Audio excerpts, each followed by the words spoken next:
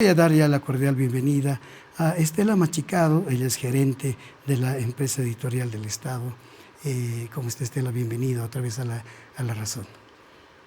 Primero, muchas gracias, buenos días a todas y a todos. Es un placer para nosotros como editorial del Estado estar en este espacio que siempre nos ha acogido también y que además yo sé que Juan Carlos también ha sido muy bienvenido en este lugar y creo que en este mismo sillón muchas veces. Bueno, estamos con la alegría y el orgullo y además el honor profundo con cariño de hermanos, de presentar la obra reunida de Juan Carlos Pinto Quintanilla, ¿no? Como tú lo dijiste, fue un gran hombre. Sí, claro que sí, una personalidad, muchos hemos aprendido de él, sobre todo esa rebeldía, ¿no? Esa rebeldía, recordemos, él fue miembro del LGTK en su momento. Fue el camino que encontró como respuesta seguramente a todas esas dudas frente a lo establecido, frente a lo impuesto, en fin.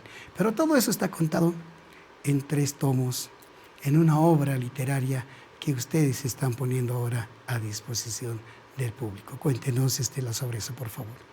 Efectivamente, durante 6 meses hemos hecho un trabajo de recopilación, de organización, de identificación de todo lo que Juan Carlos había producido durante toda su etapa de pensador, de ideólogo, desde ese momento que tú mismo mencionas, ¿no? En el momento en el que es parte del ejército guerrillero Tupac Katari y cae como preso político en el centro penitenciario de San Pedro. Entonces, ha sido un trabajo arduo en colaboración de compañeras y compañeros que nos han hecho llegar escritos, correos electrónicos, fotos, videos de Juan Carlos Pinto y también de la mamá, ¿no? La mamá se ha involucrado en esta aventura de recuperar todo lo que Juan Carlos había producido. Nos ha entregado de manera original los textos que ha escrito él en la cárcel en máquina de escribir. Los tenemos y los hemos transcrito, los hemos plasmado en estos 3 tomos de la obra reunida de Juan Carlos Pinto, donde hablamos desde lo que ha producido en la cárcel hasta lo que ha producido hasta el último mes de su existencia, ¿no? Desde el coronavirus, en enero del 2021 se lo lleva. Y Juan Carlos nos deja una tarea pendiente y es lo que estamos poniendo a disposición del público, de los compañeros y compañeras que hemos estado con él, que hemos transitado con él. Creo que estos 3 tomos son instrumentos necesarios para nuestra reflexión, para nuestra identificación del camino, del objetivo común, el objetivo colectivo, que es el Estado plurinacional y el paradigma del vivir bien. Vamos por puntos, Estela. El primer capítulo, el primer tomo, nos trae temas como introducción al pensamiento de Juan Carlos Pinto Quintanilla y también reflexiones sobre la constitución del Estado plurinacional. ¿Cómo podemos describir este primer tomo? En el primer tomo hemos querido ir en números de tomos, pero de la última que produjo hasta lo que produjo primero, ¿no? Entonces, el primer tomo nos habla del Estado plurinacional, que es una utopía en construcción. Cuando hemos llegado nosotros el 2006 al gobierno y luego nos planteamos una asamblea constituyente para refundar este país, Juan Carlos asume la responsabilidad de la representación para la asamblea constituyente en Sucre, la REPAC, ¿no? En esa posición y en ese espacio es donde Celco se constituye en un luchador ferviente del reconocimiento de los pueblos indígenas originarios dentro de la Constitución. Nuestras organizaciones ya tenían una propuesta de constitución política del Estado como organizaciones, como el Pacto de Unidad. Juan Carlos se involucra ya antes de la Asamblea Constituyente en la construcción de esa propuesta, posteriormente en la Asamblea Constituyente para hacer posible que toda esa propuesta de los pueblos indígenas sea incorporada en la nueva Constitución. Ese fue uno de los trabajos más importantes en este último periodo, creo, de inicio de construcción de esta utopía, ¿no? Él siempre decía, todavía sigue siendo una utopía, tenemos que alcanzar y hacerla real. Construir un Estado plurinacional va a ser duro. No nos va a tomar 1 año ni 10 años, va a ser muy largo porque son más de 500 años que hemos estado luchando contra eso que no éramos nosotros. Ahora tenemos que construir un mundo nuevo, un mundo mejor y un mundo que efectivamente nos identifique y donde nos sintamos todas y todos parte de esta sociedad, parte de este país. Entonces, en este tomo, en el tomo de Estado Plurinacional, la utopía en construcción, vamos a encontrar el libro que él escribió sobre qué está pasando en Bolivia, los artículos que se han publicado en La Razón, en La Época, en diferentes periódicos, los artículos en revistas, los artículos que se publicaron en La Migraña, que fue uno de los espacios donde Juan Carlos Pinto aportó mucho ideológicamente, el trabajo que se hizo en el CIFDE también, a partir de su dirección, se trabajó mucho sobre lo que es el concepto de democracia intercultural. Él siempre decía, no podemos considerarnos un país, un Estado plurinacional si no reconocemos nuestra interculturalidad, ¿no? Si no vivimos plenamente la interculturalidad. ¿Y qué era la interculturalidad? Y de reconocer y respetar que el otro tenía sus costumbres, su cultura, su lengua, sus propias formas de desarrollarse y de organizarse, y que eso debía ser respetado por el otro, por la otra nación que también tenía su... Ninguna nación, ninguna cultura podía estar sobre la otra. Y a eso él trabajó mucho en el CIFDE a partir de esa construcción en colectivo, ¿no? Para él la comunidad, lo colectivo era muy importante, ¿no? Porque así es como un país se construye fuerte. También en la vicepresidencia, cuando estuvo como director general de Fortalecimiento Ciudadano, él trabajó en dos ámbitos muy importantes, que para él era fundamental fortalecer. Por un lado, la formación político-ideológica, ¿no? No con miras a un partido, sino con miras a fortalecer el pensamiento crítico. Él decía, sin la crítica, sin la autocrítica, no podemos caminar hacia adelante. Porque de nada sirve que te digan que todo está muy bien hecho cuando sabes que estás cometiendo errores. Entonces tenemos que tener la valentía de poder decirlo, de decir que también somos capaces de equivocarnos y que tenemos que recuperarnos haciéndolo mejor cada día. ¿Cómo hicieron, Estela, si podríamos un poquito explicarle a la gente qué era el CIPTE en realidad o qué es? Y segundo, ¿cómo hicieron para recopilar los artículos que él había escrito en distintos medios? Bueno, el CIPTE es una instancia del órgano electoral plurinacional, donde se trabajan todos estos temas de formación al respecto de democracia, gobernabilidad, especialmente con partidos políticos, con organizaciones sociales. Entonces, él aprovechó ese espacio para trabajar este concepto de democracia intercultural, que quisiera leer un pedacito de lo que él decía, ¿no? La democracia intercultural es un camino a esa comprensión y a una construcción colectiva con la diversidad que somos. Y más allá del concepto y el enfrentamiento con posiciones dogmáticas y discriminadoras, sexistas y racistas, quiere expresar nuestra capacidad humana y ciudadana para proponer caminos desde la formación de la conciencia crítica, camino a la descolonización, en la que trabajemos cada uno y de manera comunitaria para que lo diverso sea una cualidad y no un prejuicio que nos separe. Entonces, como puedes ver, él hablaba mucho de comunidad, de colectivo, de justicia, de igualdad. Creo que este tema de la democracia intercultural lo trabajó mucho en el CIFDE, justamente porque es el órgano electoral donde se trabaja, donde se tiene que, el espacio donde se expresa la democracia de nuestro país. Y también tocaba temas muy duros que siempre han estado presentes, como es la corrupción, ¿no? Él tenía un artículo, decía, que nos habla sobre la corrupción, y en una parte él nos dice: cambiar el sentido común de las cosas construido por la ideología de mercado nos lleva tiempo para sostener el proyecto alternativo del vivir bien, con prácticas de gestión comunitarias, que no sean un imperativo del miedo, sino un acto político de voluntad colectiva basada en la confianza y en la certeza de que es posible construir un mundo diferente. Eso es construir la patria como comunidad de destino, que se consolide en una democracia intercultural que promueva la responsabilidad, la virtud y la identidad junto al interés común. Entonces tú ves que decía, no es posible que no nos sintamos comprometidos con la construcción de nuestro Estado. Y parte de esa construcción tiene que ver con una fortaleza en la ética, con una fortaleza en el querer trabajar por el otro. Para Juan Carlos era muy importante el otro, ¿no? Era como una razón de existir. Decía, no podemos existir nosotros como individualidad, tenemos que existir como colectivo, como comunidad. La pasemos ahora al segundo tomo, que creo también tiene mucho de apasionante porque fue escrito desde la cárcel, ¿sí? Sí. ¿Cómo hicieron para recuperar los documentos? Porque en la cárcel es pues otra cosa, ¿no? Uh-huh. No es como estar en tu despacho o en tu oficina y ponerte a trabajar. ¿Cómo se trabajó este segundo tomo?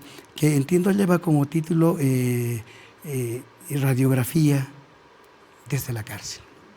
Bueno, el tiempo que nos ha tomado recopilar todo este trabajo en estos 3 tomos son aproximadamente 6 meses, ¿no? Entre buscar los escritos en la prensa, en las revistas o lugares donde él ha publicado, entre recibir correos electrónicos de compañeros y compañeras que habían recibido algún artículo de Juan Carlos, recibir fotos, videos, y además trabajar con la mamá de Juan Carlos Pinto, ¿no? Ella tenía y nos ha proporcionado los documentos escritos por Juan Carlos en máquina de escribir en la cárcel. Y bueno, a partir de toda esa recopilación fueron 6 meses de arduo trabajo de organización, de selección y todo. El segundo tomo nos habla sobre la cárcel de San Pedro como una radiografía de la injusticia. Este es un trabajo de investigación porque también se convierte en la tesis de licenciatura en sociología de Juan Carlos Pinto.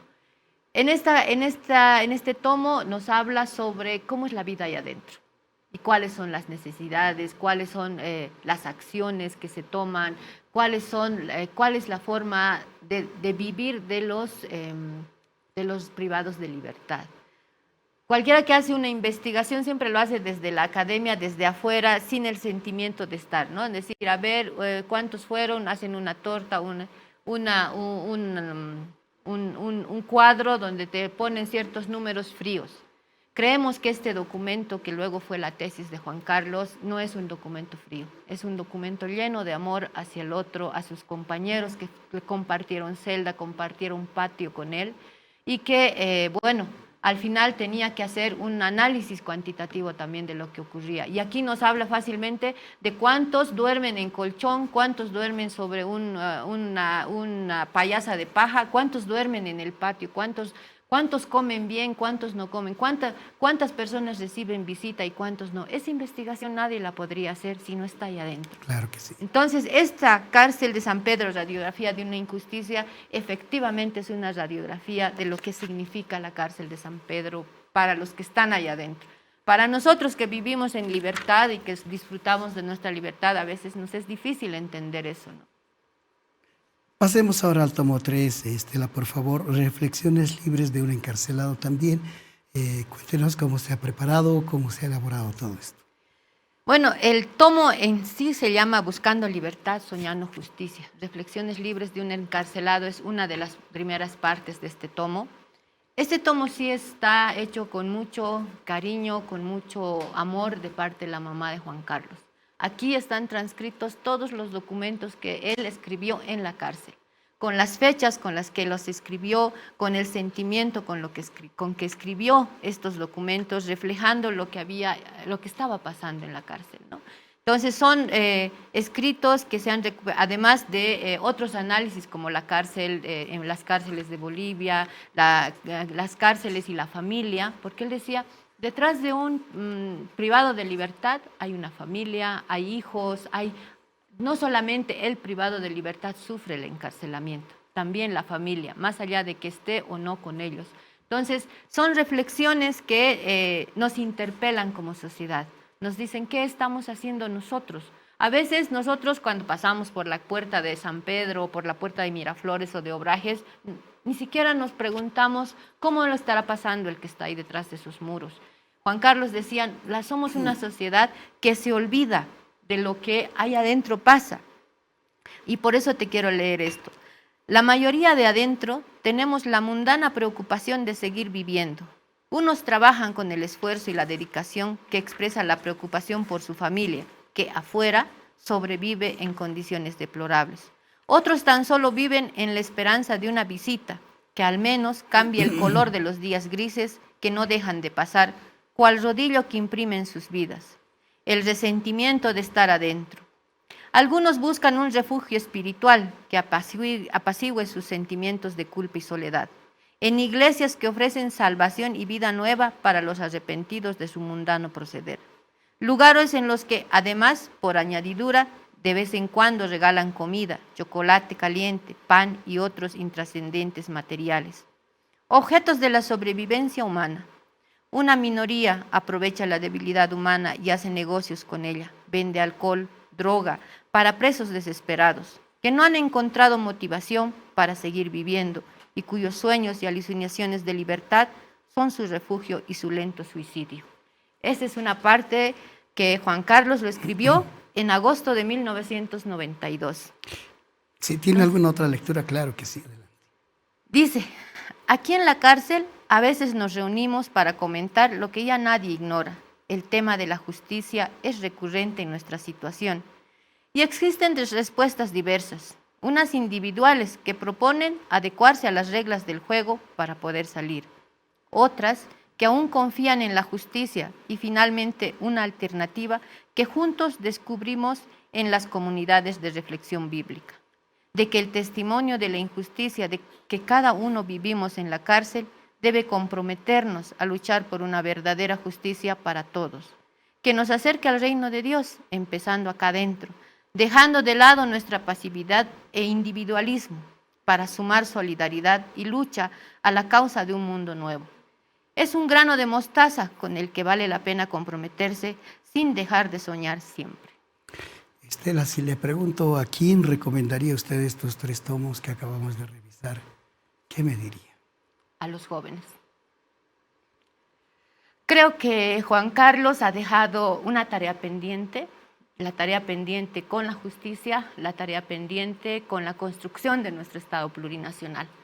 Juan Carlos era un convencido de que no podemos olvidarnos de que todos tenemos derechos humanos, no podemos olvidarnos del otro, que el otro que camina a nuestro lado es nuestro prójimo, es nuestro hermano o hermana. Y tampoco podemos olvidarnos de que estamos en busca de un mundo nuevo, ese mundo nuevo que se plasmó en nuestra Constitución Política del Estado, que se llama Estado Plurinacional para nosotros, y que solo en colectivo y en comunidad podríamos alcanzar esa utopía del Estado Plurinacional. Creo que son tareas pendientes que los jóvenes y las nuevas generaciones tienen que heredarla. No podemos dejar atrás la lucha de nuestros pueblos y olvidarnos. Tenemos que mirar atrás, decía Juan Carlos también, para caminar con fuerza y con contundencia hacia adelante. Esperamos que en este proceso en el que nos encontramos, este proceso de cambio, podamos llegar al bicentenario siendo un país más justo, más fuerte, soberano y digno, y que nuestro pueblo se sienta feliz y orgulloso de haber luchado tantas veces en el transcurso de la historia por alcanzar esta utopía.